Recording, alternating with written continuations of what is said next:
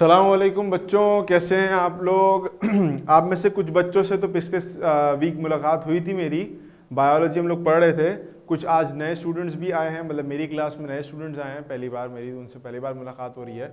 तो जो मैंने पिछले दफ़ा बच्चों को बताया था वो मैं आप लोगों को भी कुछ चीज़ें शेयर कर लेता हूँ, बहुत ज़्यादा डिटेल में नहीं, लेकिन एक जनरल कुछ बातें समझा देता हूँ ताकि आप लोगों को, क्योंकि अब आप लोग नाइन्थ के अंदर आए तो नाइन्थ में आपके पास अब प्रोफेशनल लाइफ में ना नए स्टेप्स लेना शुरू किए हैं आपने, नई प्रोफेशनल लाइफ की तरफ जा रहे हो, तो कुछ चीज़ें अपने पढ़ने पढ़ाने के तरीके थोड़े से चेंज करने पड़ेंगे। वालेकुम अस्सलाम बेटा।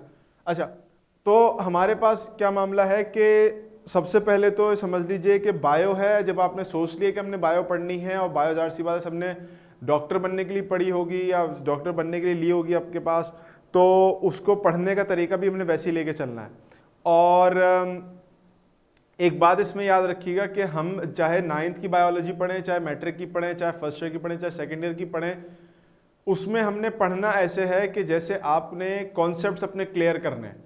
कॉन्सेप्ट अंदाज से क्लियर करना है कि नाइन्थ मैट्रिक में जितनी भी चीज़ें कॉन्सेप्चुअली आपने पढ़ ली बायोलॉजी की, वो आपको फर्स्ट ईयर सेकेंड ईयर में हेल्पफुल हो। फर्स्ट ईयर सेकेंड ईयर में जो चीज़ें पढ़ ली हैं वो आपको आपके मेडिकल कॉलेज एप्टीट्यूड टेस्ट के लिए हेल्पफुल हो, जिसको पास करके ही आप मेडिकल कॉलेज में जा सकेंगे। तो हमारे पास नाइन्थ क्लास को यहाँ शुरू करने का मकसद ये था कि चूंकि हमारा ये इदारा एक प्रोफेशनल इदारा है और we have a very long experience in educating students about MCAT और getting admission in medical college, तो हमें पीछे से पूरे बच्चों को जो है ना उनके कॉन्सेप्ट्स को बेहतर बनाना है। वो जो रूट कॉज है जहाँ पर बच्चा आके फंसता है आपके पास फाइनल टेस्ट के अंदर आके, उसको अभी से नाइन्थ मैट्रिक के लेवल से बेहतर बनाना है, ताकि उसका हर एक स्टेप एक तो आसानी से होता जाए, और जब तक वो अपने फाइनल उस पार्ट पे पहुंचे जहां पर उसने अपने मेडिकल कॉलेज के एप्टीट्यूड टेस्ट को, एंट्रेंस टेस्ट को अटेम्प्ट करना है, ताकि वो अपनी ड्रीम मेडिकल यूनिवर्सिटी में जा सके, उसको वहां तक पहुंचने में आसानी हो सके। तो देखें, आपके पास आप जो सही डिसीजन है, जो मेहनत है, अगर वो पहले दिन से करोगे तो उसका फल आपको आखिर में आके अच्छे तरीके से मिलेगा। और पहला दिन आपका क्या है, वो डिपेंड करता है आपके गोल के ऊपर। आप सब लोगों का तकरीबन गोल ये है कि आपने डॉक्टर बनना है, ठीक है इंशाल्लाह। तो डॉक्टर बनने के बाद आपके पास जो है वो मामला कुछ ऐसा होगा कि उसके लिए प्रिपरेशन अभी नाइन्थ मैट्रिक से शुरू करनी है। उसके लिए जो चैप्टर हम सबसे पहले स्टार्ट करने लगे थे वो पहला चैप्टर ही था, introduction to biology. I will give you a very quick review कि हम अब तक क्या पढ़ चुके हैं इसके अंदर। हमने इसमें जर्नल पहले तो कंटेंट लिखे थे कि इस चैप्टर में कंटेंट कौन कौन से हैं जिसको हम टच करते हुए जाएंगे। सबसे पहली चीज़ जो हमारे पास थी वो ये था कि आपके पास मेजर लाइफ प्रोसेसेस, डिवीजन और ब्रांचेस ऑफ बायोलॉजी कौन कौन सी हैं, यानी हमने सारी बातें पढ़नी होंगी। उसके बाद इस्लाम इन बायोलॉजी, हम जर्नली कुरानिक जो आपका जो आया है उसको डिटेल से नहीं देखेंगे, आमतौर पर उसका क्वेश्चन भी नहीं आता। अलबत्ता मुस्लिम साइंटिस्ट के क्वेश्चन हम लोग देखेंगे, और मुस्लिम साइंटिस्ट के क्वेश्चन के अंदर हम ये पूरी लाइक उसका जो शॉर्ट क्वेश्चन आता है उसके बारे में कुछ बातें करेंगे। Finally we gonna go into level of organisation, कि हमारे पास एटॉमिक लेवल से लेके जो पूरा एक बड़ा लेवल है बायोस्फीयर के लेवल तक किस किस तरीके से ऑर्गेनिजम्स जो हैं वो डिस्ट्रीब्यूट होते हैं, उनकी ऑर्गेनाइजेशंस कैसी होती हैं। Moving on to the last topic of this chapter, वो आपके पास उसमें हम यूनिसेलुलर, कॉलोनियल और मल्टीसेलुलर ऑर्गेनिजम्स की कुछ ब्रीफ डिस्कशन, डिस्क्रिप्शंस के बारे में बातें करेंगे। कंटेंट मालूम होना चैप्टर का बहुत ज़रूरी होता है। जब आप चैप्टर का कंटेंट आपको पता होगा तो समझने में, चीज़ों को याद रखने में आसानी होगी। फिर हमने बात की थी जर्नली के बायोलॉजी क्या होती है, और बायोलॉजी में के बारे में मैंने तो नहीं, बच्चों ने अपनी तरफ से एक कंट्रीब्यूशन दिया था, जितने पुराने पिछले क्लास के बच्चे बैठे हुए थे यहाँ पर, कि बायोलॉजी स्टडी ऑफ लाइफ है। तो मैं उनसे पूछा था कि लाइफ क्या चीज़ होती है, तो बहुत सारे बच्चों ने लाइफ के बारे में मुझे कुछ फीडबैक दिया था कि what do they think about life, ठीक है ना। तो इसी तरीके से फिर यहाँ पर मैंने उन्हीं जो उन्होंने जो पॉइंट्स रेज किए थे वो पॉइंट्स बहुत अच्छे थे, और तकरीबन वही सारी बातें थी जो यहाँ पर लिखी हुई हैं। बस मैंने क्या किया कि मैंने इनको और अच्छे तरीके से कुछ एग्जांपल्स दे के समराइज कर दिया था कि anything that has any of this particular function, either digestion, movement, excretion, respiration, growth, metabolism, development, irritability and reproduction, इनमें से कोई एक चीज़ भी अगर किसी चीज़ में होगी तो उसको हम लिविंग ऑर्गेनिज्म आपके पास क्लेम करेंगे, वो लिविंग ऑर्गेनिज्म है। इसके बाद हमने यहाँ पर आगे बात की थी कि भाई आपके पास डिविजन्स क्या होती हैं बायोलॉजी की, तो हमने कहा बायोलॉजी 3 हिस्सों में डिवाइडेड है, और जहाँ पर सिर्फ जर्नल बात की थी, कोई तफसीली बात नहीं की थी यहाँ पर से हमने आगे की बात स्टार्ट करनी है। हमने कहा था we have 3 divisions of biology. First is zoology, which is the study of animals, then botany, which is the study of plants, and the third one is microbiology, which is the study of microorganisms। ये मैंने नहीं, बच्चों ने मुझे input दिया था, तो यहीं से बात को आगे स्टार्ट करेंगे। बार बार मैं बच्चों की जो इनपुट का जिक्र कर रहा हूँ, फीडबैक का जिक्र कर रहा हूँ, वो इस वजह से कर रहा हूँ ताकि जो नए स्टूडेंट्स अभी आए हैं उनको भी ये बात पता हो कि भाई हमारे पास यानी जो लेक्चर मैं आप लोगों के साथ कंडक्ट करूँगा बायोलॉजी का, उसमें सिर्फ खामोश बैठना नहीं होता। मेरी पूरी कोशिश ये होती है कि आपकी जो ये ऑनलाइन क्लास है, ये फिजिकल क्लास जैसी सिचुएशन हो उसके अंदर, कि जब मैं और आप हम सब पढ़ेंगे बैठ के एक साथ, तो उसमें हमें पढ़ने में ऐसा लगे कि जैसे फिजिकल क्लास हो रही है। तो we need to discuss some topics. जो मैं आपसे बोलूँ आप फौरन उसका फीडबैक दो, रिस्पॉन्स दो, चाहे सवाल का जवाब गलत हो या सही हो, मुझे इससे कोई फर्क नहीं पड़ता। I want an answer. और अगर आपका जवाब गलत है लेकिन आपको उसके पीछे का रीज़न पता है, तो मैं इस बात पे आपको सराहूंगा, बाद में करेक्शन भी कर दूंगा कि इसको इस तरह से देख लिया जाए तो ज़्यादा मुनासिब होगा। लेकिन कहने का मतलब ये है कि हम लोग जो हैं वो डिस्कशन करके पढ़ेंगे। सारे बच्चे मेरे साथ हैं, जितने ही बच्चे, पहले मुझे डन करो ताकि फिर मैं आगे बात करूंगा। सबको मेरी आवाज़, बातें सब समझ में आ रही हैं? कोई टेंशन परेशानी की बात हो, देखो कंटिन्यूस फीडबैक देते रहोगे तो आपके लिए भी आसानी होगी, हमारे लिए भी आसानी होगी। क्योंकि what we want is we want to build you guys, एक फाउंडेशन आप लोगों की बनाई जाए जिसमें आपको एक पढ़ने का तरीका भी समझ में आए और आपका जो आगे का गोल है ना, वो भी आप उसको अचीव कर सको अच्छे तरीके से। मुझे पहले बात स्टार्ट करने से सारे बच्चे पहले क्लियर करके बताएंगे कि why did they opted for biology instead of computer. क्यों बच्चों ने बायोलॉजी को अटेम्प्ट किया या अपने पास फील्ड में लिया, हालांकि लाइक ऑप्शनल था, you can go for computer as well. But आप में से तकरीबन यहाँ 12-13 बच्चे पर मुझे नज़र आ रहे हैं या उससे ज़्यादा होंगे, पता नहीं कितने हैं, वो तमाम के तमाम बच्चे सब ने मेडिकल की फील्ड ली है। यहाँ पर प्री मेडिकल कहलाता है ना आपके पास, तो आपने सबने बायोलॉजी ली है। क्यों? वजह वजह वजह वजह वजह बताओ भाई, वजह बताओ। कोई खास वजह होगी ना, मतलब कंप्यूटर नहीं लिया, बेकार लगती है हमें, मज़ा नहीं आता कंप्यूटर देख के। सर डॉक्टर बनना है, सर इंटरेस्ट है, सर समझ में आती है, बच्चे कह रहे हैं, सब कह रहे हैं इसको करियर बनाना है हमने। याद रख लें, जितने लोगों ने इसको प्रोफेशन, करियर या अपना जो है वो डॉक्टर बनने वाला मामला सेट करना, एक तो इंटरेस्ट वाली बात अलग है। इंटरेस्ट में ये है, बायोलॉजी तो बिल्कुल 100% इंटरेस्टिंग होती है as compare to computer and like chemistry and physics and all of that stuff. क्योंकि जब आप पढ़ोगे ना भी फिजिक्स बाय केमिस्ट्री, आगे जाके सेकंड ईयर के अंदर, फर्स्ट ईयर के अंदर भी, तब आपको पता चलेगा कि केमिस्ट्री फिजिक्स के अंदर कितनी ज़्यादा लाइक एम्बिग्विटीज़ हैं, वो एक चीज़ पे इत्तेफाक ही नहीं करते, कभी कुछ कह रहे होते हैं, कभी कुछ कह रहे होते हैं। तो बायोलॉजी इज़ रिलेटिवली इंटरेस्टिंग, वो आपकी अपनी स्टडी है ना। और जब हम पढ़ेंगे ना तो मैं आपको बड़ी ऐसी ऐसी बातें बताऊंगा कि आप देखोगे, आप हैरान रह जाओगे कि यार ये क्या मामला है, ठीक है ना। तो मैं उसमें कुछ बीच में एग्जांपल भी दूंगा तो आपको बायोलॉजी का समझ में आएगा कि बायोलॉजी कितनी इंटरेस्टिंग फील्ड होती है। तो once you have made this decision कि हमने अपना, सर मैं कंप्यूटर की स्टूडेंट, कोई बात नहीं, कोई बात नहीं, कंप्यूटर वाले भी ले सकते हैं अगर वो लेना चाहें तो। If they want to leave they can leave, but like they, मतलब मर्जी है, ठीक है ना। जब आपने गोल बना लिया है कि हमने बायोलॉजी अपने करियर के लिए लेनी है, तो you have to work on it from your 9th class. इसी वजह से हमने ये फ्री कोर्सेज आपके पास रखे हैं ताकि एक फाउंडेशन बन जाए। फिर आप आगे जाके जिस भी फील्ड को या जिस भी इदारे को ज्वाइन करना चाहो, जिस भी कॉलेज में पढ़ना चाहो, इट्स अप टू यू। लेकिन बताने का मकसद ये कि फील्ड यहाँ पर आपके पास एक फाउंडेशन बन जाएगी ना, जो आमतौर पे इस पे लोग फोकस नहीं कर रहे होते, वो इसे फोकस करते हैं फर्स्ट और सेकंड ईयर पे।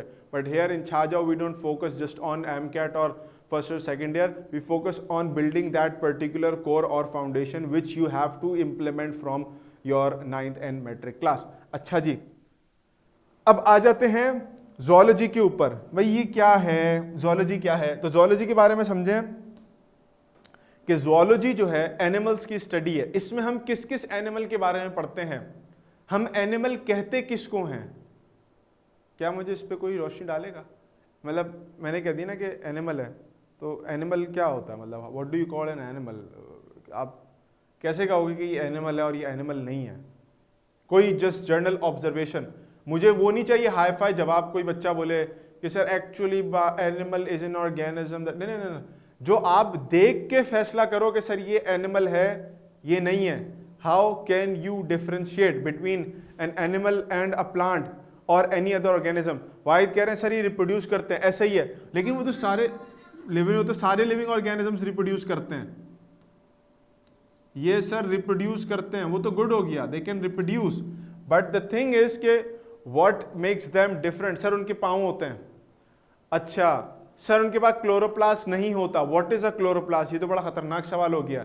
Sir intelligent of physical structure, okay, तो ऑर्गेनिजम्स जिनके पास इंटेलेक्ट है और उनका कुछ फिजिकल स्ट्रक्चर थोड़ा सा मुख्तलिफ है, हाथ पाँव होंगे, मल्टीसेलुलर होंगे, तो वो आपके पास कहलाएंगे। मैं यहाँ चीज़ें पॉइंट नोट करता जा रहा हूँ बच्चों के। एक चीज़ तो ये हो गई कि उनका फिजिकल स्ट्रक्चर, अंशरा ने बताया कि सर वो मल्टीसेलुलर होते हैं, पीछे फातिमा ने कहा कि सर उनकी इंटेलेक्ट होती है, वो फिजिकल स्ट्रक्चर उनका डिफरेंट होता है।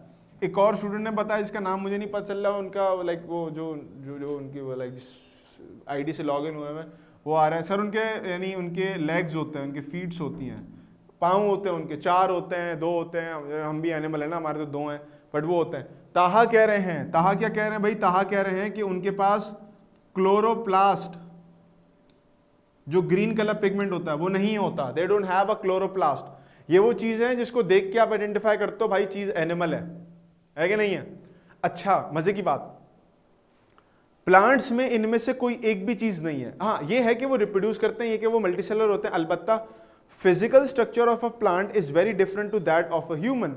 सर उनके पास, अंशरा कह रही सर प्रॉपर डाइजेस्टिव सिस्टम होता है, वेरी गुड, डाइजेस्टिव सिस्टम। मैं कहता हूं और भी बहुत सारे सिस्टम हैं जो कि एनिमल्स के पास हैं, but plants do not possess that particular system.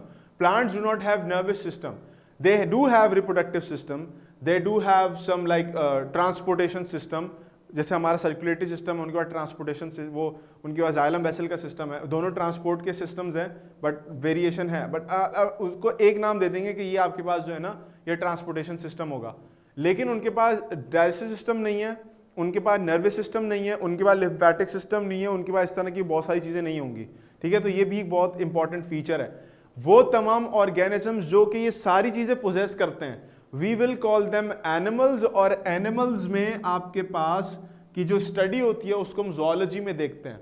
For example birds, for example mammals, for example reptiles, amphibians, fishes, insects, और कौन से हो सकते हैं, और आपको क्रैब हो गया, वो जो क्रस्टेशियंस की फैमिली हो गई आपके पास, ठीक हो गया ना, आपके पास अर्थवॉर्म की फैमिली हो गई, ये सारे के सारे एनिमल्स में कैटेगराइज होते हैं, तो इनकी एक अलग आपके पास क्लास होती है। Moving on to plants, what do you call a plant? Plant क्या चीज होती है? अब प्लांट क्या चीज है, जरा इसके बारे में बात कर लेते हैं।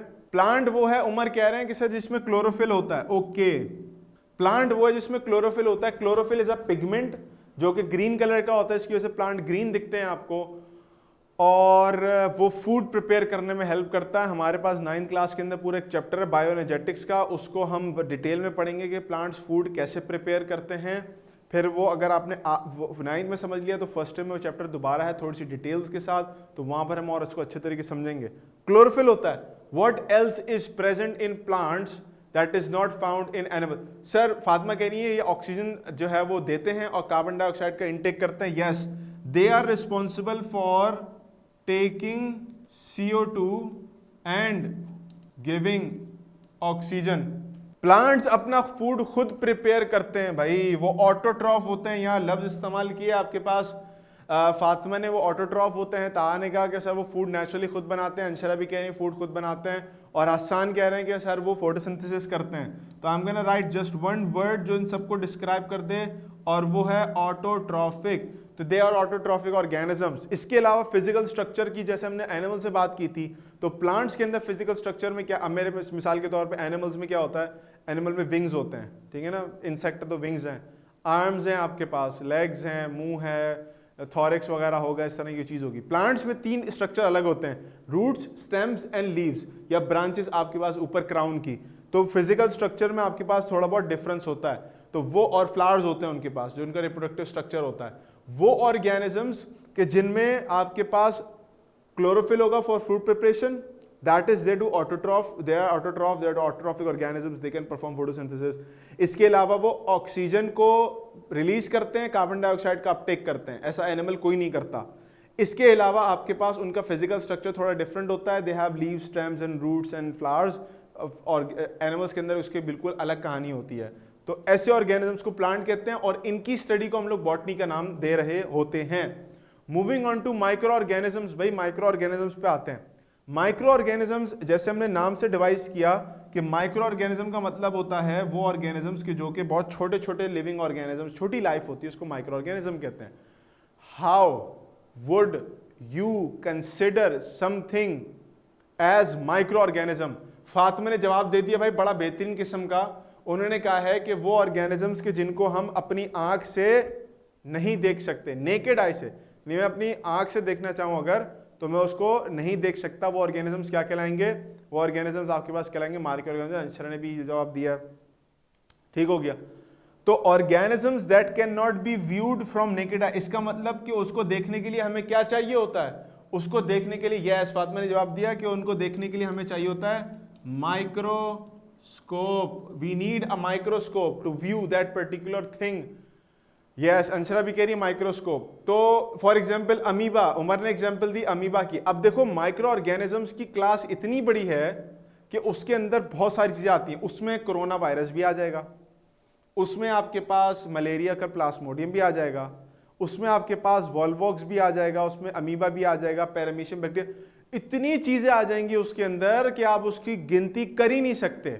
तो पता ये चला कि ज़ूलॉजी बॉटनी में और माइक्रो ऑर्गेनिजम्स में एक छोटा फर्क ये भी है, एक बहुत माइनर सा डिफरेंस ये भी है कि ये दोनों, ये भी और आपके पास ये वाला भी, कि इन दोनों में एक डिफरेंस ये है कि ज़ूलॉजी जो है और बॉटनी जो है, ये दोनों के दोनों आपके पास उन ऑर्गेनिजम्स से रिलेटेड बातचीत है जो कि आपको दिख जाते हैं through your naked eye without the use of a microscope.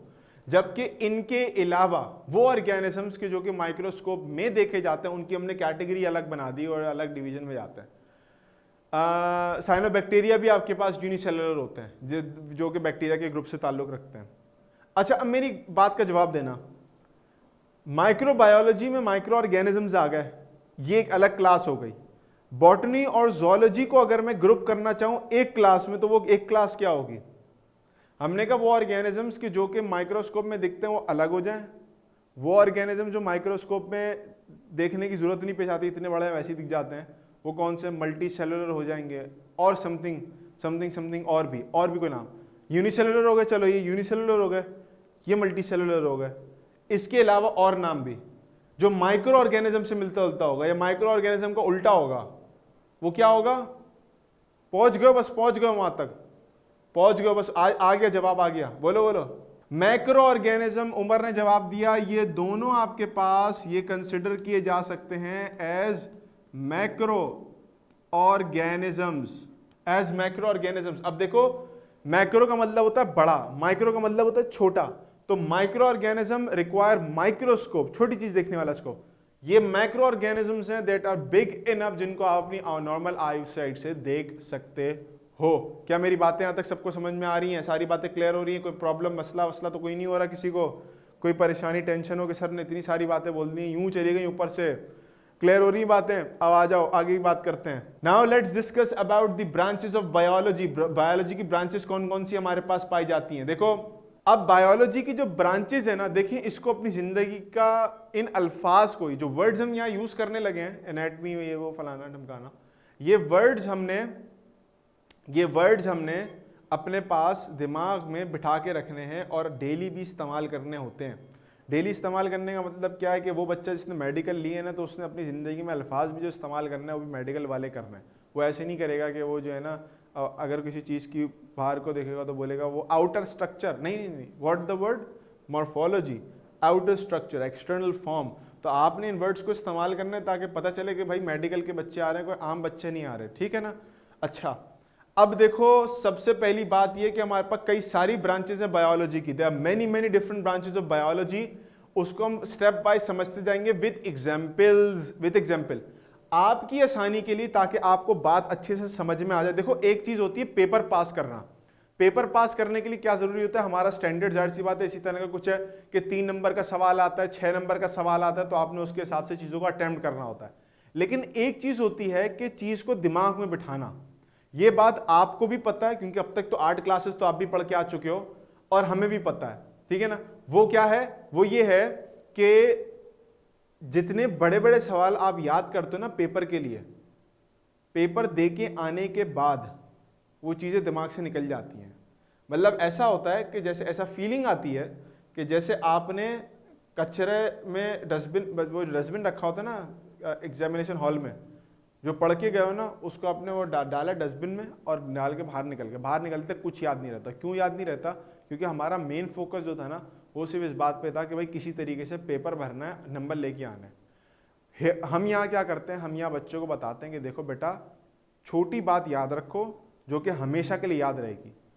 Paper के लिए याद कर लेना, रट्टे मार लेना बड़े बड़े क्वेश्चंस के, वो मसला नहीं है, वो हो जाएंगे, लेकिन छोटी बात याद रखना। अब देखो मैंने यहाँ क्या किया, द वेरी फर्स्ट आपके पास जो बायोलॉजी की ब्रांच है उसको हम नाम देते हैं मॉर्फोलॉजी का। मॉर्फोलॉजी का नाम देते हैं मॉर्फ, द वर्ड मॉर्फ। ये देखो वर्ड याद रखो, मॉर्फ, ये वर्ड है आपके पास मॉर्फ। मॉर्फ का वर्ड का मतलब होता है बाहर से दिखने वाला स्ट्रक्चर। मॉर्फ का मतलब है बाहर से दिखने वाला स्ट्रक्चर। मिसाल के तौर पे आपसे कोई पूछे कि भाई आपका फिजिकल फीचर कैसी है, मिसाल के तौर पे बिल्ड कैसी है, बालों का स्टाइल कैसा है, स्किन कलर कैसा है, नाक कैसी है, मुंह कैसा है, ठीक हो ना, ये सारी चीज़ें कैसी, उंगलियां बड़ी हैं छोटी हैं, सारी चीज़ें क्या होती है, मॉर्फ, फॉर्म, फिजिकल स्ट्रक्चर, बाहर से कैसे दिख रही है बॉडी आपकी।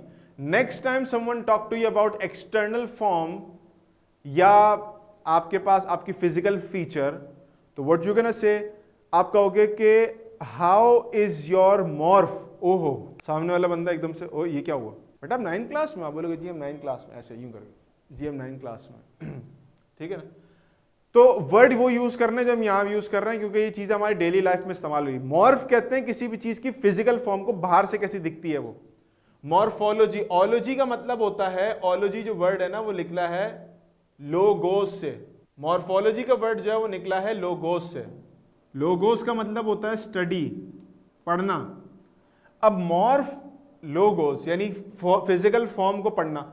एक लाइन में डिफाइन किया मैंने इसको, एक लाइन क्या है, एक्सटर्नल फॉर्म, बाहर बाहर से देखने वाली आपकी जो फॉर्म है उसको मॉर्फोलॉजी कहते हैं। मिसाल के तौर पे ये पढ़ना कि किसी ऑर्गेनिज्म में टेल होती है नहीं होती, किसी ऑर्गेनिज्म के कान कैसे हैं, वेल के नहीं होते, हमारे हैं, ठीक है। किसी ऑर्गेनिज्म में आपके पास नाक होती है नहीं होती, नाक कैसी होती है, हाथी की अलग होती है, इंसान की अलग होती है। आपके 4 पाँव पे चलते हो, आप 2 पे चलते हो, या आपके सिरे से पाँव ही नहीं है, आपके पास फिन्स हैं फॉर स्विमिंग, ठीक है ना। तो आपके पास जो है ये चीज़ें सारी मॉर्फोलॉजी, ये सारे ग्रीक लेटर्स हैं, ये सारे ग्रीक वर्ड है, मॉर्फ, ओ लोगोस, बायोस, ये सारे वर्ड्स, हिस्टोस, ठीक है, ये सारे वर्ड्स आपके पास जो हैं ये या तो लैटिन है या ग्रीन वर्ड्स होते हैं, ग्रीक या लैटिन वर्ड्स होते हैं।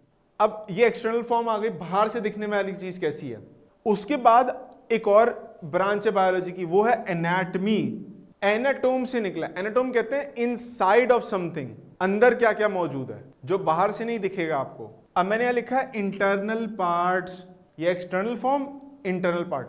देखो हर वर्ड को एक एक वर्ड के साथ याद कर लो, एक्सप्लेन करना आसान हो जाएगा बाद में कभी जिंदगी में। यस, अब देखो ये एनाटोम भी, इसके आपके अंदर कैसी चीजें मौजूद है, anatomy, anatomy. Next time someone talks to you about कि हमारे जिगर यहाँ है, गुर्दा यहाँ लगा हुआ है, फेफड़े यहाँ लगे हुए हैं, ये सब कुछ, आप बोलोगे oh you are talking about anatomy. Word use करना है आपने, वर्ड यूज करना है, पहले से बताना है कि भाई आप जिससे बात करो हल्की पार्टी नहीं है, कोई ऊपर भारी पार्टी है, ये इसको इंग्लिश भी आती है, इसको वर्ड्स का यूज भी आता है, इसको बायोलॉजी भी आती है, ठीक है। नेक्स्ट टाइम आपके पास जो है ना लोग आपको आके अपनी रिपोर्टें चेक कराएं, अभी से इवन इफ यू आर 9 और मैट्रिक, आपको अभी से चेक कराएं, अपना स्टैंडर्ड बढ़ाना है अपने। Now let's talk about anatomy. मेरी फॉर एग्जांपल बॉडी ये रही, एग्जांपल देता हूं मैं, मेरा दिल कहाँ होगा, मिसाल के तौर पे this is my left hand, ठीक है ना, आपको पता नहीं मिरर इमेज आ रही है कैसी आ रही है, बट ये मेरा उल्टा हाथ है। यहाँ मेरे पास मेरा हार्ट है, इस जगह पे कहीं हार्ट यहाँ पर मौजूद है, ठीक है। इसके अतराफ में यहाँ पर ये 2 लंग्स हैं, बिल्कुल हार्ट के साथ इस जगह पे मेरे पास मेरा स्टमक लगा हुआ है, यहाँ पर कहीं स्टमक लगा हुआ है। स्टमक के साथ नीचे जो है ये पूरा पोर्शन इंटेस्टाइन से भरा हुआ है, ठीक हो गया। इस साइड पे मेरे पास जो है वो लिवर लगा हुआ होगा और यहीं कहीं नीचे आपके पास स्प्लीन लगी हुई होगी। ये जो बॉडी के पार्ट्स अंदर अरेंज हुए हैं ना, एक के अंदर एक स्टैक करके, यहाँ पर ब्रेन लगा हुआ है अंदर की तरफ, ये सब क्या है, internal parts known as anatomy of your body, anatomy of your body, समझ रहे हो बात को? Internal parts, anatomy of your body. अब आ जाते हैं जरा सेल बायोलॉजी की तरफ। पहले हमने देखा बाहर की, फिर हमने देखा अंदर की, अब हम देख रहे हैं सेल की बातें। छोटी लेवल से स्टार्ट करने लगे। सेल बायोलॉजी नाम से नजर आ रहा है, सेल और उसके ऑर्गेनल्स की स्टडी। अभी किसी ने पीछे वर्ड यूज किया था क्लोरोप्लास्ट। प्लांट्स के अंदर सर क्लोरोप्लास्ट होता है। क्लोरोप्लास्ट क्या चीज है? ये क्लोरोप्लास्ट आपके पास एक सेल ऑर्गेनल है जिसमें पिगमेंट, कलर्स मौजूद होते हैं, कलर मौजूद होते हैं। ऑर्गेनल का मतलब, अच्छा ऑर्गेनल क्या होते हैं? देखो ऑर्गेनल को याद करने का तरीका समझो। जिस तरह से हमारी बॉडी के ऑर्गन्स है ना, फेफड़े, दिल, गुर्दे, ये वो जिगर, सारी चीजें, वैसी हमारे सेल के भी ऑर्गन्स होते हैं।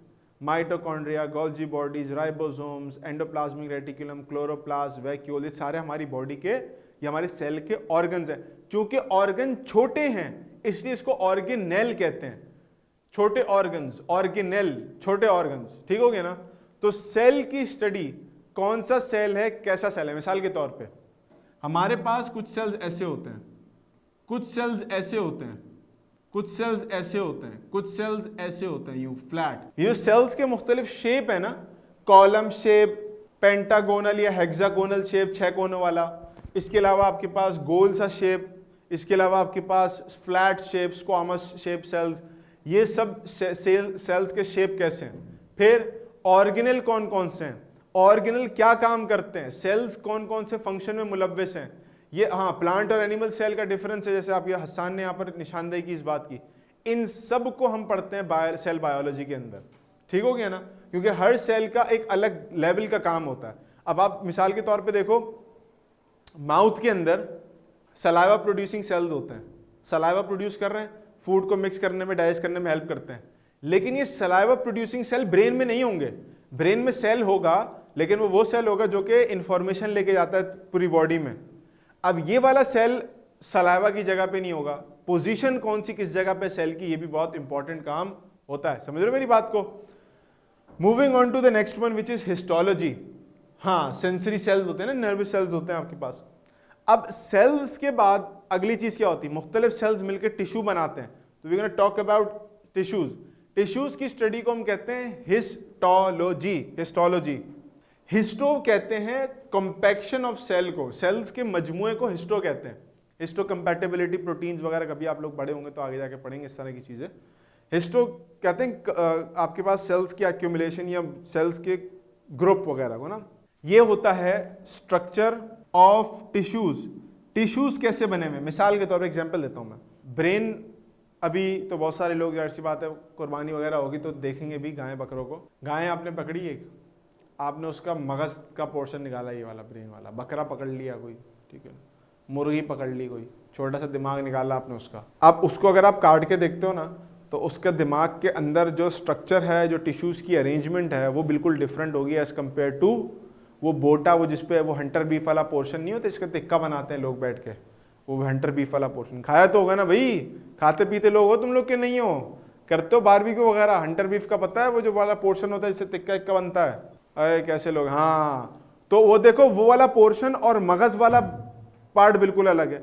इनके टिश्यूज एक दूसरे से बिल्कुल अलग होते हैं। तो इनके टिश्यूज में जो डिफरेंस है ना, खाने में तो मजा अलग आता है, थोड़ा सा जूसी होता है हंटर बीफ, थोड़ा सा लेकिन सख्त होता है ना, चबाने में चबाना पड़ता है। मगज एज कम्पेयर टू थोड़ा नरम होता है, पक जल्दी जाता है, तो चबाने में भी ज़्यादा जहमत नहीं होती, लेकिन टेस्ट थोड़ा सा कम जूसी होता है उसका। कैसी बातें कर रहा हूँ मैं इस वक्त, चलो छोड़ो, सबके मुंह में पानी आ रहा होगा, कोई बात नहीं, कोई बात नहीं। तो अब when you have different type of cells, तो उनसे जो टिश्यूज बनते हैं वो डिफरेंट है। अब हर टिश्यू की अरेंजमेंट कैसी है, काम करने का तरीकेकार कैसा है, उसको हम पढ़ते हैं हिस्टोलॉजी में।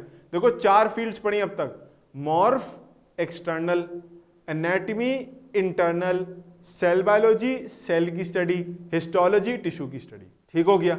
साथ साथ पढ़ते जाएंगे, दिमाग में रिकॉल करते जाएंगे, ताकि रिवीजन होता चला जाए और हमें बार बार किताब जो है ना खोलनी ना पड़े घर में भी बैठ के। आ जाओ फिजियोलॉजी में। दिस इज नॉट साइकोलॉजी, कुछ लोग इसको गलत पढ़ते हैं। फिजियोलॉजी में साइकोलॉजी में डिफरेंस होता है। फिजियोलॉजी, फिजियो मीन्स वर्किंग, हमारी बॉडी के अंदर के पार्ट्स किस तरह से काम कर रहे हैं, लिविंग सिस्टम कैसे काम कर रहा है। ये देखो, मेरे जिस्म में बाहर अगर मैं मॉर्फोलॉजी देखूं तो ये मेरा है सीना, ठीक है ना, मुझे पसली अपनी महसूस हो रही है, अंदर मेरे मसल्स होंगे, कुछ ब्रीदिंग में हेल्प करेंगे, ये वो मॉर्फोलॉजी हो गया। अंदर क्या है, फेफड़े हैं, लंग्स हैं, ठीक है ना। काम कैसे कर रहे हैं, आई टेक इन एयर, ये एक्सपेंड कर गए, नीचे डायफ्राम आपके पास नीचे की तरफ पुल कर गया, जगह बन गई, रिब केज बाहर की तरफ एक्सपेंड हो गया ताकि लंग्स को मौका मिले हवा खींचने का, एक्सपेंड हो गए। एक्सेल कर दिया, रिब केज कोलैप्स कर गया और आपके पास डायफ्राम ऊपर की तरफ चला गया ताकि हवा को बाहर पुश कर सके। हो गई नहीं बात। This is known as physiology. Physiology क्या होती है, working of those organs, tissues जो बॉडी के अंदर मौजूद हैं। अब तक हम लोग स्ट्रक्चर की बात कर रहे थे, अब तक हम लोग यहां स्ट्रक्चर की बात कर रहे थे, इंटरनल पार्ट्स के स्ट्रक्चर की बात कर रहे थे। अब ये सारी चीजें काम कैसे करती हैं, चाहे टिश्यूज, चाहे ऑर्गन्स, चाहे सिस्टम्स, काम कैसे करते हैं, वो है फिजियोलॉजी। एक बात याद रखना, जब आप लोग मेडिकल डॉक्टर बनोगे इंशाल्लाह, आपका काम सिर्फ 3 चीजों पे ही होगा असल, मॉर्फोलॉजी, एनाटॉमी और फिजियोलॉजी। कौन कौन से, मॉर्फोलॉजी बाहर से कैसे, एनाटॉमी अंदर चीजें कैसी हैं, फिजियोलॉजी काम कैसे करती हैं। आप इन्हीं 3 चीजों को, इन्हीं 3 ब्रांचेस ऑफ बायोलॉजी को लेके चलोगे। नेक्स्ट टाइम आप मिसाल के तौर पे आप कहीं जा रहे हो, मूव कर रहे हो, कोई चिंची में जा रहे हो, बस में जा रहे हो, ज़्यादातर आप लोग कराची के बच्चे हो गए या सिंध के बच्चे हो गए, इधर उधर के। कराची में हम लोग रहते हैं तो हमें कराची का ज़्यादा अंदाज़ा, कराची के लोगों को बातचीत करने का बहुत शौक होता है। बस में आप बैठोगे, कोई बराबर बैठा होगा, शुरू हो जाएगा आपसे, बेटा क्या कर रहे हो आजकल, पढ़ाई वढ़ाई कर रहे हो कि नहीं कर रहे। वो लोग होता है ना, लोग बता रहे होते हैं आपको।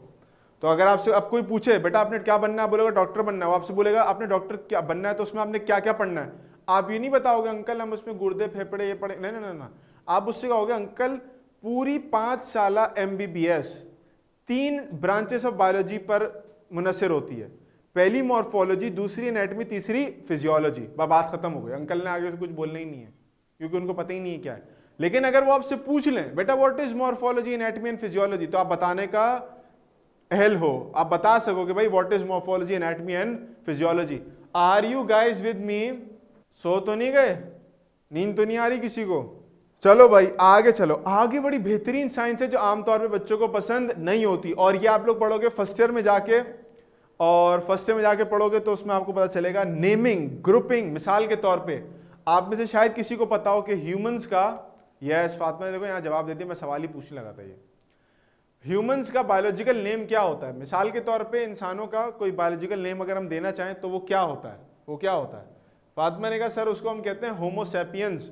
इसी तरह से आप लोग पढ़ोगे कि फ्रॉक को हम राना टिग्रीना कहते हैं। इसी तरह से हमारे पास जो है वो ब्रासिका जो है वो मस्टर्ड प्लांट, पंजाब के बच्चे शायद यहाँ ना हो लेकिन कोई इंटीरियर सिंध वगैरह का बच्चा यहाँ पर होगा तो उसको शायद एक्सपीरियंस हो अपने सरसों के खेतों का, सरसों के खेतों का। पंजाब जब ट्रेन से आप ट्रैवल करते हो, आप सिंध से बाहर निकलते हो, इसी पंजाब में एंटर होते हो, सबसे पहले आपको जो चीज़ इस्तकबाल करती है वो ताहद्दे निगाह येलो येलो कलर के फ्लावर्स लगे होते हैं सरसों के। शायद अगर किसी ने एक्सपीरियंस किया हो, सिंध में भी होते हैं लेकिन इतने नहीं होते जितने पंजाब में होते हैं, तो उसको हम ब्रासिका कैम्पेस्ट्रिस कहते हैं, ठीक है ना। अब और सबसे मशहूर वो जो फ्लावर है, जो रेड वाला फ्लावर होता है जिसको हम लोग गुलाब कहते हैं, गुलाब, उसका नाम क्या होता है? गुलाब को क्या कहते हैं? बहुत आसान नाम है, पता होगा सबको तकरीबन। गुलाब को, गुलाब का नाम होता है, ये देखो, रोजा इंडिका। रोज से निकला है Rosa indica. Yes, Rosa indica. Hadi ने भी बताया यहाँ पर, अब्दुल हादी ने, कि सर ये रोजा इंडिका होता है। Now listen to me. सवाल आपके दिमाग में ये आएगा कि सर ये नाम क्यों रखे हैं? मेरे अम्मी अब्बू ने तो मेरा नाम रख दिया, मिसाल के तौर पे मेरा नाम हमजा रख दिया, किसी का कुछ रख दिया, फलाना रख दिया। ये हमने भी अपनी मर्जी से नाम रखे थे। भाई हमारे मुल्क में गुलाब गुलाब कहलाता तो गुलाब कहलाएगा, तो अब फ्रांस वाला भी उसको गुलाब क्या है? प्रॉब्लम ये है कि किसी भी ऑर्गेनिज्म को ना, मिसाल के तौर पर हम अगर बात करना चाहें, मैं जाता हूँ किसी इंटरनेशनल मीटिंग के अंदर, वहाँ पर जर्मनी से लोग आए हुए हैं, अमेरिका से आए हुए हैं, यूरोप से आए हुए हैं, सोमालिया से आए हुए हैं, युगंडा से आए हुए हैं, ऑस्ट्रेलिया से आए हुए हैं, बांग्लादेश से आए हुए हैं, इंडिया से आए हुए हैं, पाकिस्तान से आए हुए हैं। अब इतने सारे लोग इतनी मुख्तलिफ ज़बानें बोल रहे हैं।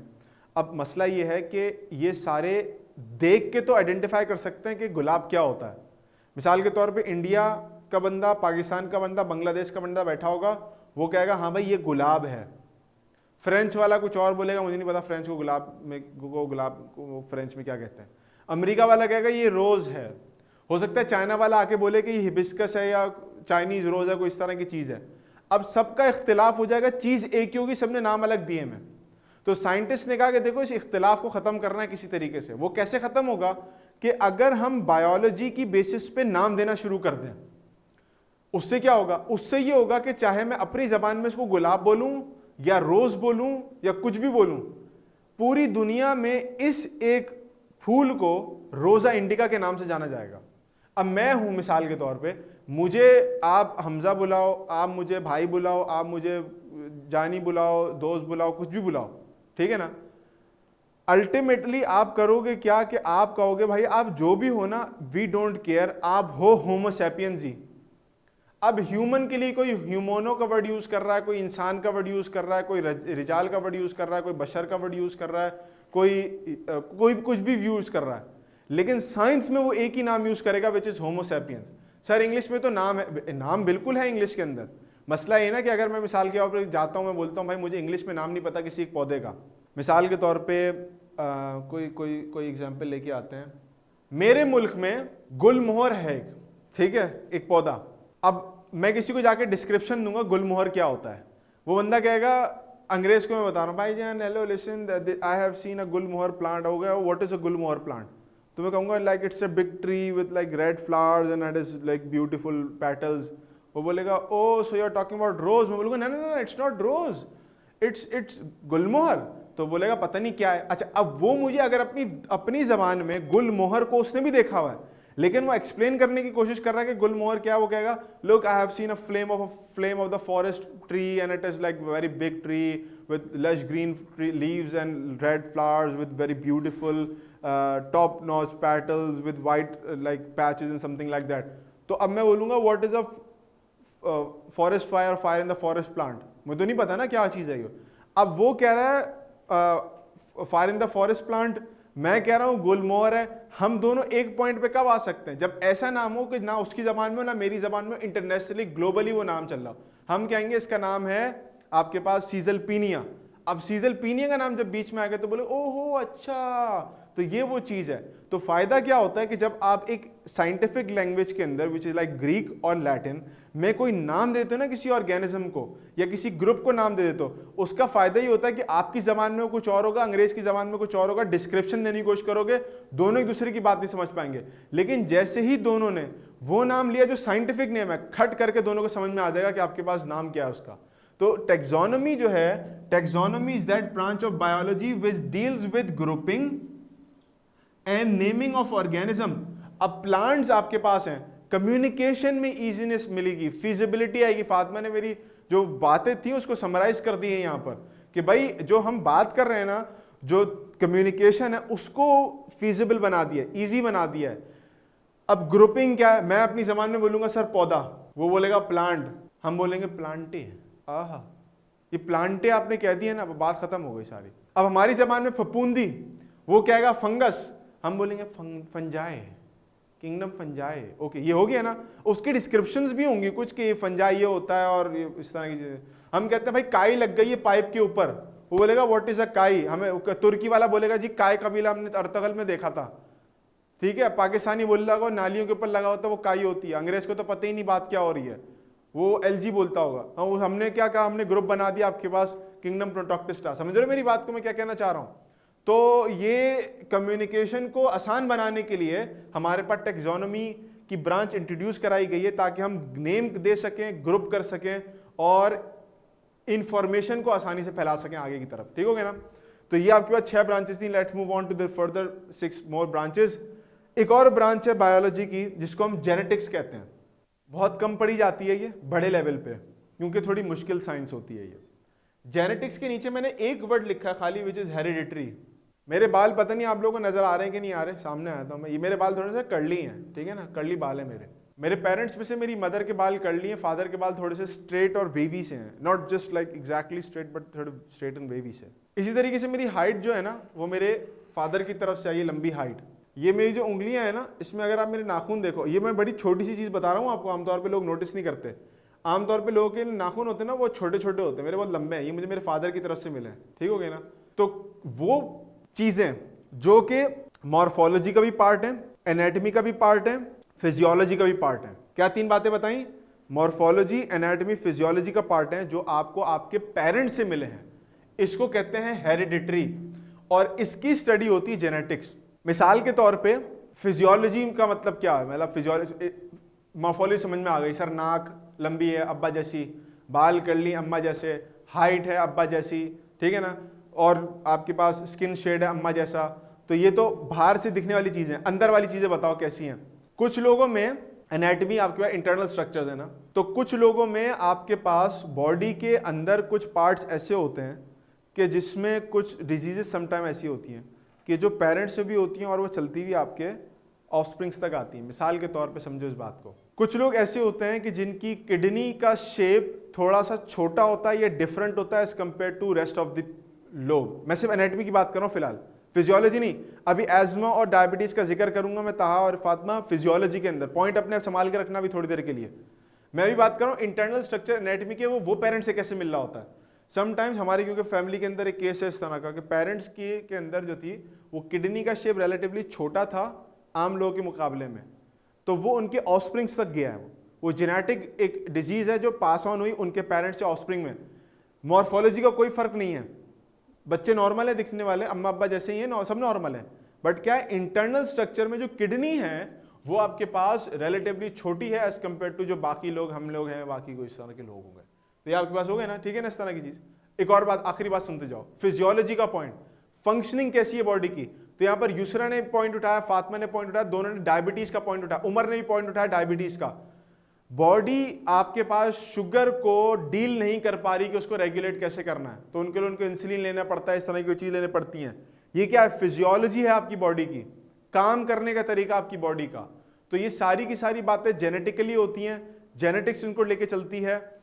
एस्थमा के साथ भी बिल्कुल ऐसा ही होता है। ये जो आपकी बॉडी जो मुख्तलिफ एंटीबॉडीज वगैरह बनाने लगती है, तो इसके नतीजे में आपको एस्थमा का मसला होने लगता है, इन्फ्लेमेशन होने लगती है एयर पैसेजेस की, ब्लड प्रेशर का मसला होता है। कुछ लोग तो, मेरे अपने खुद मामू ऐसे हैं, खैर उनको तो मसला जेनेटिकली नहीं है, लेकिन कुछ जेनेटिकली लोग ऐसे होते हैं कि उनका ब्लड प्रेशर होता ही नॉर्मल से ज़्यादा है, मतलब वो रहते ही उसमें है पूरी ज़िंदगी, या ब्लड प्रेशर शूट कर जाता है या ड्रॉप कर जाता है। कुछ लोगों के साथ ये फिजियोलॉजिकल इश्यूज होते हैं that they inherited from their parents, this is known as genetics, जो जेनेटिक्स की स्टडी में हम लोग करते हैं। आज की क्लास को मैं यहीं तक रोक रहा हूं, मुझे आप लोगों का फीडबैक चाहिए आज की क्लास से रिलेटेड। आज की क्लास में मजा आया, कैसी रही, फीडबैक देते रहा करो ताकि आपको और बेहतर से बेहतर हम लोग फैसिलिटेट करते रहें। आप लोग की क्यूरीज हैं उसको एड्रेस करते रहें, ताकि आप लोग जो इतनी मेहनत से टाइम निकाल रहे हैं यहाँ पर आके पढ़ रहे हो, हम लोग भी आपको पढ़ा रहे हैं, तो आपको जो है ना सबको ग्रो करने का मौका मिले, सबको बेनिफिट मिले। ठीक हो गया, बेहतरीन हो गया, सही है, सेट हो गया। फिर इंशाल्लाह आप लोगों से दोबारा मुलाकात होगी। बेहतरीन है, बेहतरीन, जज़ाकल्लाह बच्चों। फिर इंशाल्लाह मुलाकात होगी। आज के लिए इतना ही काफ़ी है। अस्सलाम वालेकुम।